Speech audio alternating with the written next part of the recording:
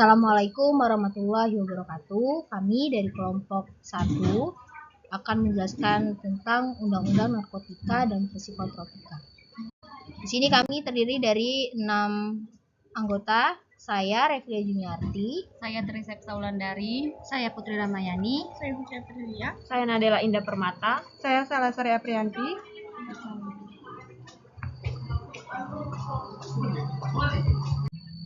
Baik, di sini saya akan menjelaskan tentang Undang-Undang Narkotika Nomor 35 Tahun 2009. 1. Narkotika adalah zat atau obat yang berasal dari tanaman atau bukan tanaman, baik sintetis maupun sinestetis, yang dapat menyebabkan penurunan atau perubahan kesadaran, hilangnya rasa, mengurangi sampai menghilang rasa nyeri, dan dapat menimbulkan ketergantungan. 2. Prekursor narkotika adalah zat atau bahan pemula atau bahan kimia yang dapat digunakan dalam pembuatan narkotika. 3. Pecandu narkotika adalah orang yang menggunakan atau menyalahgunakan narkotika dan dalam keadaan ketertentuan pada narkotika, baik secara fisik maupun psikis. 4. Ketergantungan narkotika adalah kondisi yang ditandai oleh dorongan untuk menggunakan narkotika secara terus-menerus dengan takaran yang meningkat agar menghasilkan efek yang sama, dan apabila penggunaannya dikurangi dan atau dihentikan secara tiba-tiba menimbulkan gejala fisik dan psikis yang khas. Selanjutnya, untuk penyalahguna. Penyalahguna adalah orang yang menggunakan narkotika tanpa hak atau melawan hukum. Selanjutnya ada rehabilitas medis. Rehabilitas medis itu sesuatu proses kegiatan pengobatan secara terpadu. Dan yang ketujuh itu ada rehabilitas sosial. Rehabilitasi sosial itu adalah suatu proses kegiatan pemulihan secara terpadu, baik fisik, mental maupun sosial. Yang ke-8 itu narkotika terdiri atas narkotika golongan 1, narkotika golongan 2, dan narkotika golongan 3. Untuk Permenkes nomor 4 tahun 2021 itu tentang penetapan dan perubahan penggolongan narkotika. Narkotika golongan 1 itu yaitu narkotika dilarang digunakan untuk kepentingan pelayanan kesehatan, namun dalam jumlah terbatas. Narkotika golongan 1 dapat digunakan untuk kepentingan dan ilmu teknologi untuk reagensia diagnostik.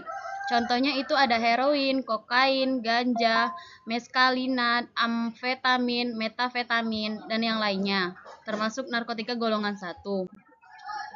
Untuk lampiran 1 Undang-Undang Republik Indonesia Nomor 35 Tahun 2009 itu tanggal 12 Oktober 2009 tentang daftar narkotika golongan 1. Ada beberapa tanaman Favipiravir, somniferum L, opium mentah, opium masak, tanaman koka, tanaman kokain mentah, tanaman ganja, tetrahidrokannabinol, delta 9, asetorfina, asetil, alfa-metil lagi, metahidroksifentanil, dan sampai dengan MDMA. Baiklah, selanjutnya itu ada meskalina, metakatinona, ada MMDA, terus ada PMA, sampai ke campuran atau sediaan opium obat dengan bahan lain, bukan narkotika. Permenkes nomor 4 tahun 2021 penetapan dan perubahan penggolongan narkotika.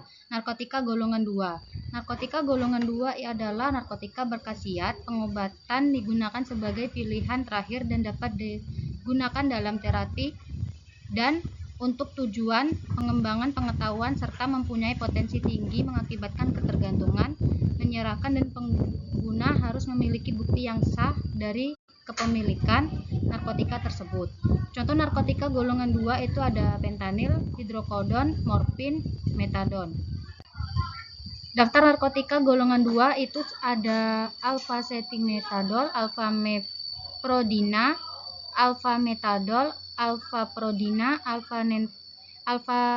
alfentanil, sampai ke fentanil.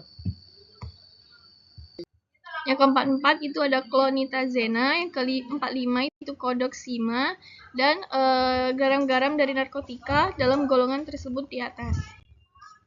Selanjutnya itu Permenkes nomor 4 tahun 2021, penetapan dan perubahan penggolongan narkotika. Narkotika golongan 3, sama seperti halnya golongan 2, golongan 3 juga dapat digunakan dalam pengobatan dengan syarat-syarat yang sama. Golongan ini memiliki resiko ketergantungan daripada golongan di atasnya.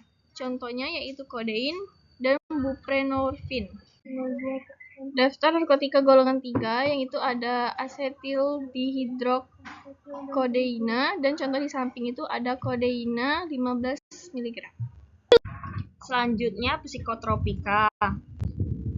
Undang-undang yang tentang psikotropika nomor 5 tahun 1997. Definisi psikotropika sesuai dengan Undang-Undang nomor 5 tahun 1997 adalah zat atau obat baik alamiah maupun sintetis bukan narkotika yang berkhasiat psikoaktif melalui pengaruh selektif pada susunan saraf pusat yang menyebabkan perubahan khas pada aktivitas mental dan perilaku. Permenkes nomor 2 tahun 2021 penetapan dan perubahan pergolongan psikotropika. Psikotropika golongan 1, contohnya itu ada deskloroketamin dan flualprazolam. Selanjutnya, psikotropika golongan 2 adalah psikotropika yang berkhasiat pengobatan dan banyak digunakan dalam terapi, contohnya metilenfenidat. Kemudian psikotropika golongan 3, yaitu psikotropika yang berkhasiat pengobatan dan banyak digunakan dalam terapi atau tujuannya untuk pengetahuan, contohnya flunitrazepam.